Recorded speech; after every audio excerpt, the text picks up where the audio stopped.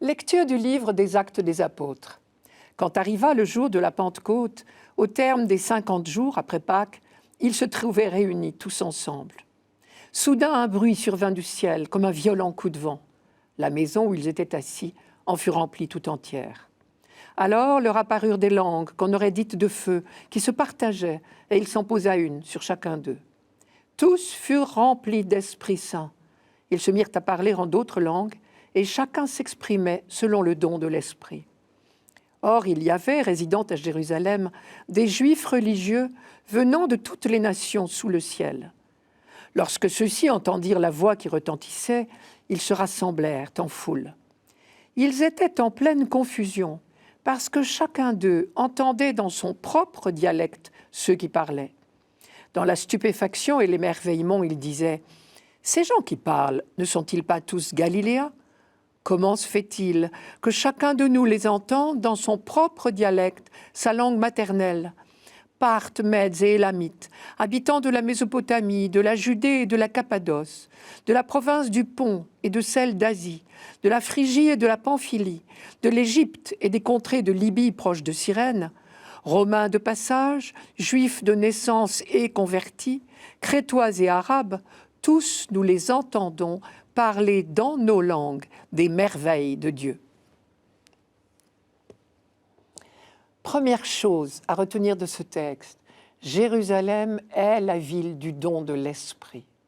Elle n'est pas seulement la ville où Jésus a institué l'Eucharistie, la ville où il est ressuscité, elle est aussi la ville où l'Esprit a été répandu sur l'humanité. Ce jour-là, la ville de Jérusalem grouillait de monde, venu de partout, des milliers de Juifs pieux venus parfois de très loin, parce qu'à l'époque du Christ, la Pentecôte juive était très importante. C'était la fête du don de la loi, l'une des 3 fêtes de l'année pour lesquelles on se rendait à Jérusalem en pèlerinage.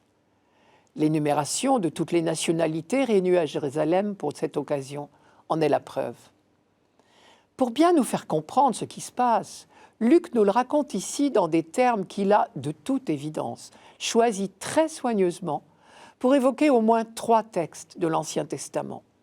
Ces 3 textes sont premièrement le don de la loi au Sinaï, deuxièmement une parole du prophète Joël et troisièmement l'épisode de la tour de Babel. Je commence par le Sinaï.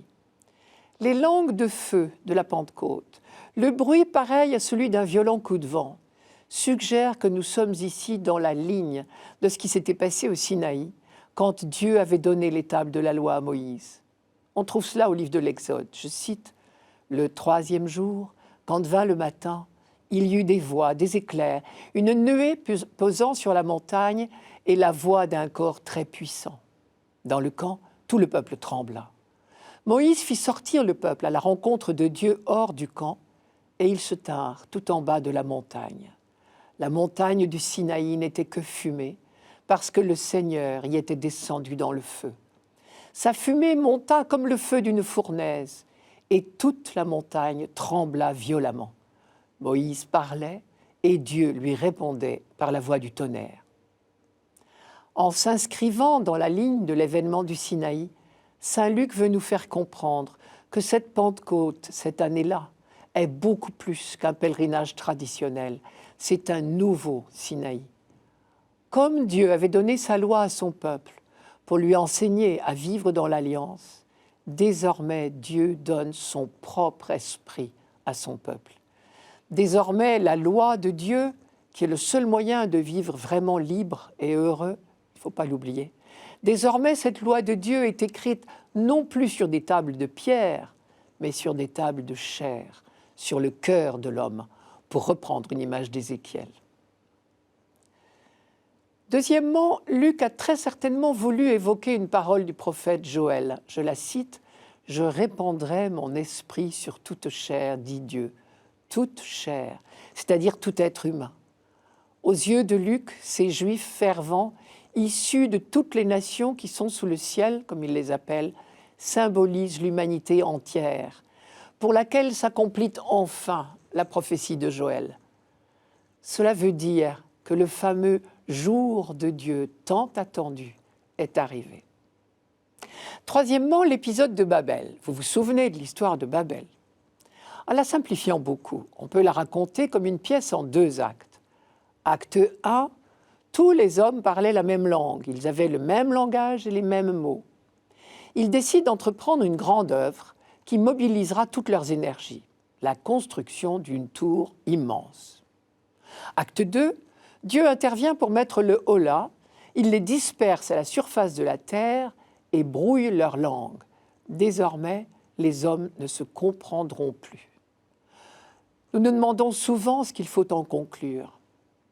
Si l'on veut bien ne pas faire de procès d'intention à Dieu, impossible d'imaginer qu'il ait agi pour autre chose que pour notre bonheur. Donc, si Dieu intervient, c'est pour épargner à l'humanité une fausse piste, la piste de la pensée unique, du projet unique, quelque chose comme si Dieu nous disait « Mes petits-enfants, vous recherchez l'unité, c'est bien, mais ne vous trompez pas de chemin. L'unité n'est pas dans l'uniformité. La véritable unité de l'amour ne peut se trouver que dans la diversité. » Le récit de la Pentecôte chez Luc s'inscrit bien dans la ligne de Babel, comprise comme cela. À Babel, l'humanité apprend la diversité. À la Pentecôte, elle apprend l'unité dans la diversité. Car désormais, toutes les nations qui sont sous le ciel entendent proclamer dans leurs diverses langues l'unique message, les merveilles de Dieu.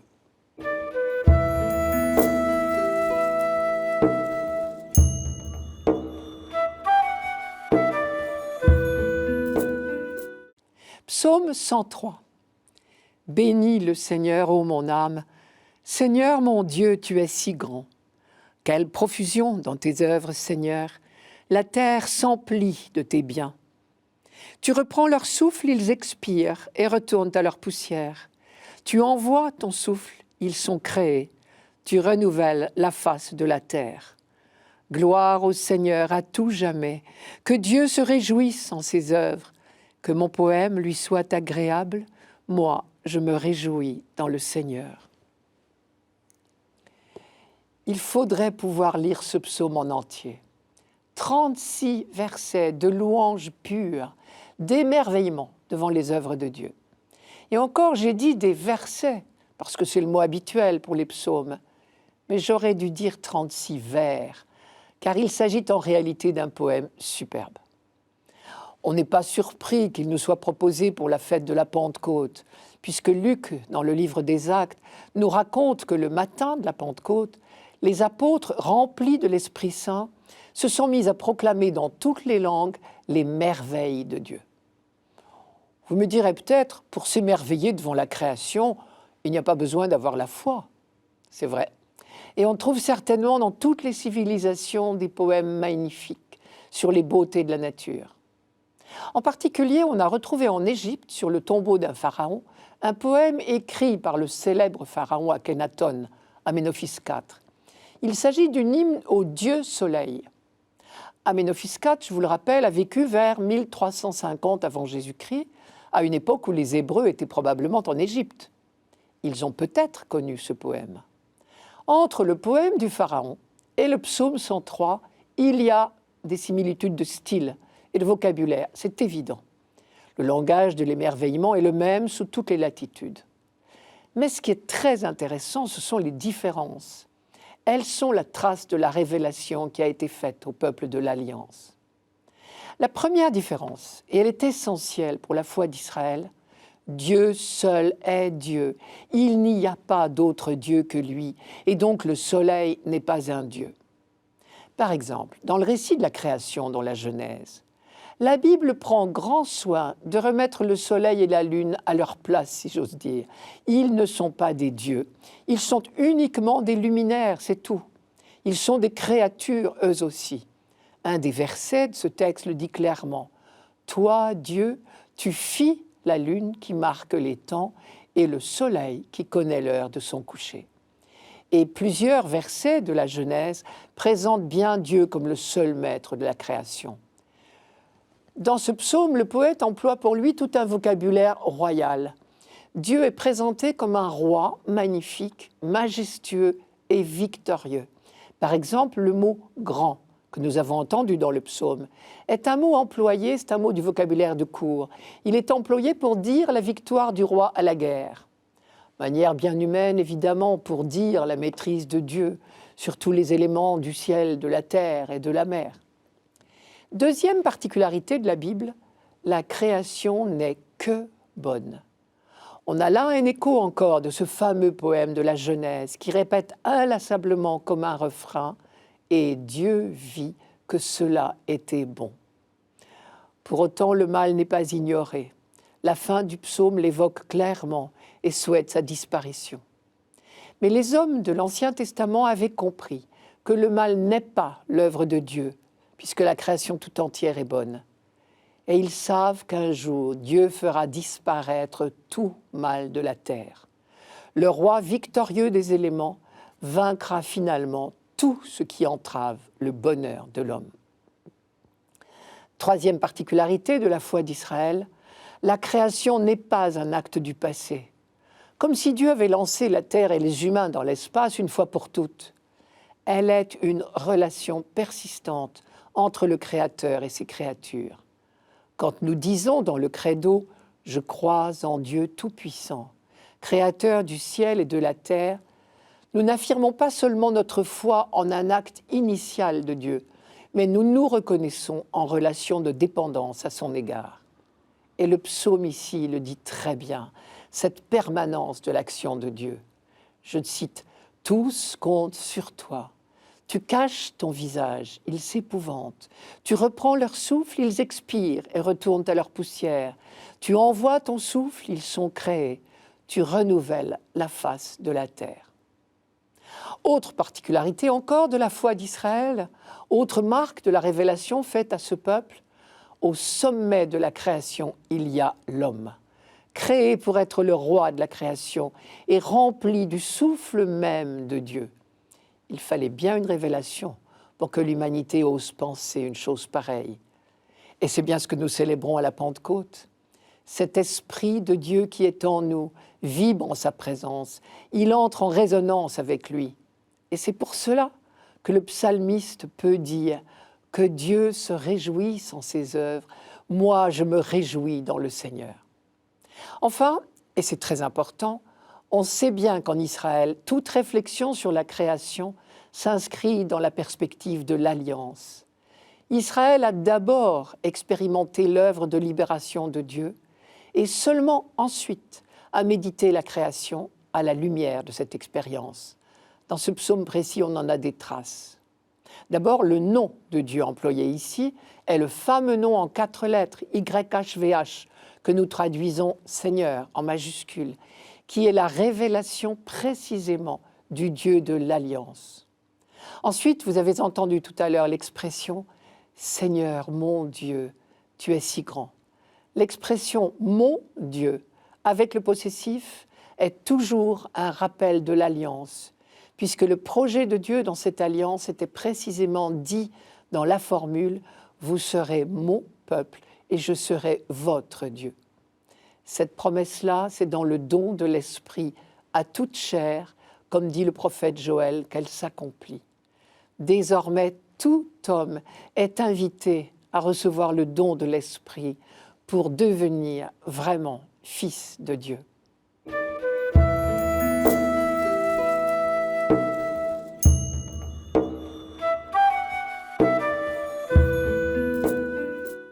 Lecture de la lettre de l'apôtre Paul aux Galates. Frères, je vous le dis, marchez sous la conduite de l'Esprit Saint et vous ne risquerez pas de satisfaire les convoitises de la chair, car les tendances de la chair s'opposent à l'Esprit et les tendances de l'Esprit s'opposent à la chair. En effet, il y a là un affrontement qui vous empêche de faire tout ce que vous voudriez. Mais si vous vous laissez conduire par l'Esprit, vous n'êtes pas soumis à la loi. On sait bien quelles actions mènent la chair.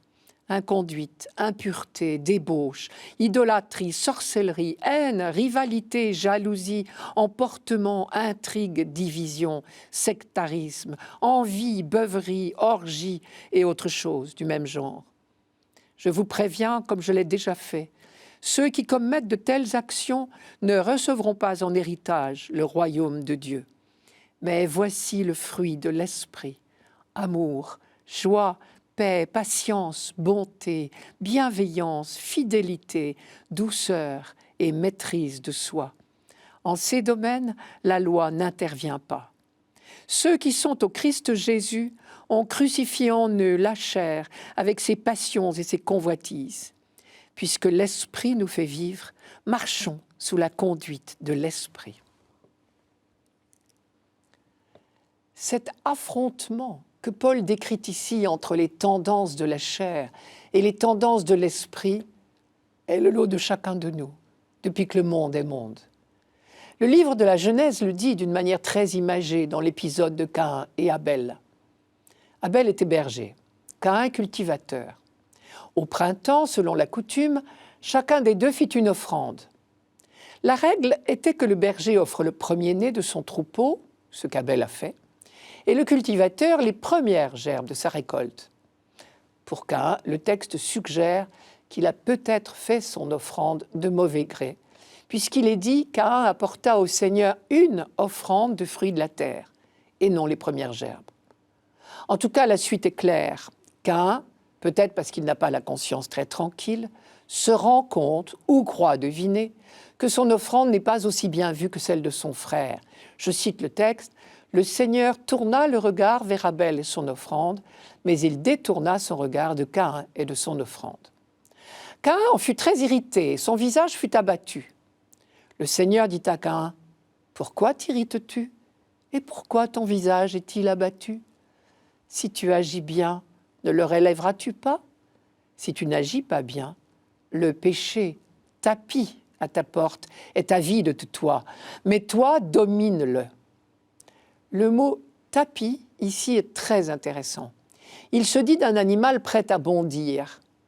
Caïn est écartelé entre cette violence animale qui l'envahit et l'appel de Dieu à dominer son envie de meurtre. Le péché tapis à ta porte est avide de toi, mais toi domine-le. Il est clair que pour Caïn, la véritable liberté aurait été de dominer sa violence. Au moment où il se donnait l'illusion d'être le plus fort en tuant son frère, il n'était en réalité que l'esclave d'une violence qu'il n'avait pas su dominer. Nous sommes les descendants de Caïn. Et toute notre histoire humaine, aussi bien collective qu'individuelle, pourrait s'écrire comme la longue suite de ces affrontements. Très lentement, l'humanité apprend à dominer sa violence. Elle sort peu à peu de l'animalité pour devenir vraiment humaine. À l'échelon individuel, le même apprentissage est à refaire pour chacun de nous. Ceux d'entre nous qui ont éduqué des enfants le savent bien. Long apprentissage de ce qu'est la véritable liberté. Non pas se laisser aller à n'importe quoi, mais au contraire savoir dominer toutes ces bêtes tapies à notre porte. Débauche, impureté, obscénité, idolâtrie, sorcellerie, haine, querelle, jalousie, colère, envie, division, sectarisme, rivalité, beuverie, gloutonnerie et autres choses du même genre. On reconnaît ici la liste de Paul. Une bonne manière de faciliter cet apprentissage est d'imposer certaines règles de conduite. C'est le rôle des lois. Tu ne tueras pas. C'est le premier pas, la première balise. Il serait évidemment beaucoup plus noble pour Caïn d'aimer spontanément Abel. Mais tant qu'on n'en est pas là, au moins la loi limite-t-elle les dégâts et peu à peu elle éduque de gré ou de force. Son rôle est d'enseigner ce qu'on appelle les bonnes manières, c'est-à-dire, qu'on le veuille ou non, les manières d'être bon. Apprentissage par la contrainte, il est vrai, mais l'expérience prouve que dans une première étape du développement des sociétés, comme des individus, seule cette contrainte est efficace pour éviter la prolifération de la violence, ce que Paul appelle les tendances égoïstes de la chair. Entendons-nous bien sur le sens du mot « chair » pour Paul. Contrairement à ce qu'on pourrait croire, chez saint Paul, le mot « chair » n'a rien de péjoratif. Ce n'est pas le corps et encore moins le sexe. C'est l'homme tout entier quand il ressemble à Caïn. Cet homme-là a besoin d'une loi pour ne pas se laisser aller à toutes les violences qu'il habite. Un jour viendra où la loi ne sera plus nécessaire. Ce ne sera plus la loi qui régira les rapports entre les hommes, ce sera l'amour. Et Paul nous dit que ce jour est déjà venu. Et tous les textes de cette fête de Pentecôte répètent la même chose. Ce jour est venu. Dieu a répandu son esprit sur nous. La loi de contrainte n'a plus sa raison d'être, ou plutôt une seule loi subsiste. Tu aimeras ton prochain comme toi-même. Ce jour est venu. Et déjà nous avons vu l'œuvre de l'esprit d'amour dans le cœur d'un homme qui se laisse complètement habiter par lui. Je veux parler bien sûr de Jésus de Nazareth. Quand Paul fait la liste des fruits de l'esprit, on peut y lire le portrait même de Jésus-Christ. Amour, joie, paix, patience, bonté, bienveillance, fidélité, douceur, maîtrise de soi.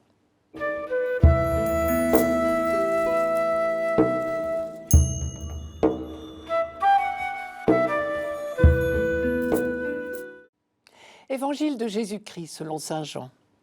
En ce temps-là, Jésus disait à ses disciples, « Quand viendra le défenseur, que je vous enverrai d'auprès du Père, lui, l'Esprit de vérité qui procède du Père, il rendra témoignage en ma faveur. Et vous aussi, vous allez rendre témoignage, car vous êtes avec moi depuis le commencement. J'ai encore beaucoup de choses à vous dire, mais pour l'instant, vous ne pouvez pas les porter. Quand il viendra, lui, l'Esprit de vérité, il vous conduira dans la vérité tout entière. En effet, ce qu'il dira ne viendra pas de lui-même, mais ce qu'il aura entendu, il le dira. Et ce qui va venir, il vous le fera connaître. Lui me glorifiera, car il recevra ce qui vient de moi pour vous le faire connaître. Tout ce que le Père possède est à moi. Voilà pourquoi je vous ai dit, l'Esprit reçoit ce qui vient de moi pour vous le faire connaître. 5 fois, au cours de son dernier entretien avec ses disciples, Jésus leur promet l'Esprit qui sera désormais leur soutien. Et à plusieurs reprises, il lui donne le nom de Paraclet. Traduisez « celui qui est appelé auprès d'eux et qui ne les quittera jamais ». Je vous cite ces phrases de Jésus. « Moi, je prierai le Père. Il vous donnera un autre Paraclet qui restera avec vous toujours. C'est lui, l'Esprit de vérité, celui que le monde est incapable d'accueillir parce qu'il ne le voit pas et ne le connaît pas. Vous le connaissez, car il demeure auprès de vous et qu'il est en vous. Le Paraclet, l'Esprit Saint que le Père enverra en mon nom, vous enseignera toutes choses et vous fera ressouvenir de tout ce que je vous ai dit. C'est votre avantage que je m'en aille. En effet, si je ne pars pas, le Paraclet ne viendra pas à vous. Si au contraire je pars, je vous l'enverrai. Lorsque viendra l'Esprit de vérité, il vous fera accéder à la vérité tout entière, car il ne parlera pas de son propre chef, mais il dira ce qu'il entendra, et il vous communiquera tout ce qui doit venir. Si Jésus insiste autant sur le don de l'Esprit, c'est pour conforter ses disciples à l'heure de son départ. Ce sont eux désormais qui seront en première ligne. Ce même soir, il les prévient. Je vous ai dit tout cela afin que vous ne succombiez pas à l'épreuve. On vous exclura des synagogues. Bien plus, l'heure vient où celui qui vous fera périr croira présenter un sacrifice à Dieu. Ils agiront ainsi pour n'avoir connu ni le Père, ni moi. Mais je vous ai dit cela afin que, l'heure venue, vous vous rappeliez que je vous l'avais dit. Jésus sait bien que ses disciples ne seront pas traités autrement que lui. Ceux qui ont voulu sa mort ont vraiment cru agir pour l'honneur de Dieu en supprimant quelqu'un qui blasphémait. C'est ce que rapporte saint Jean dans le récit de la Passion. Je cite, « Les Juifs dirent à Pilate, « Nous avons une loi, et selon cette loi, il doit mourir, parce qu'il s'est fait fils de Dieu. » On est toujours surpris de cette effroyable méprise. Le Fils de Dieu a été crucifié par les défenseurs de Dieu. À leur tour, les disciples du Fils seront persécutés, supprimés les uns après les autres au nom de la religion authentique. ils auront bien besoin du soutien de l'Esprit de vérité. Jean l'appelle le Paraclet, le défenseur. Entendons-nous bien, il ne s'agit pas de défendre les disciples contre un quelconque jugement de Dieu, mais de les soutenir lorsqu'ils seront traduits devant les tribunaux humains, pour qu'ils puissent témoigner authentiquement du Christ. Jésus n'a pas défini autrement sa propre vocation.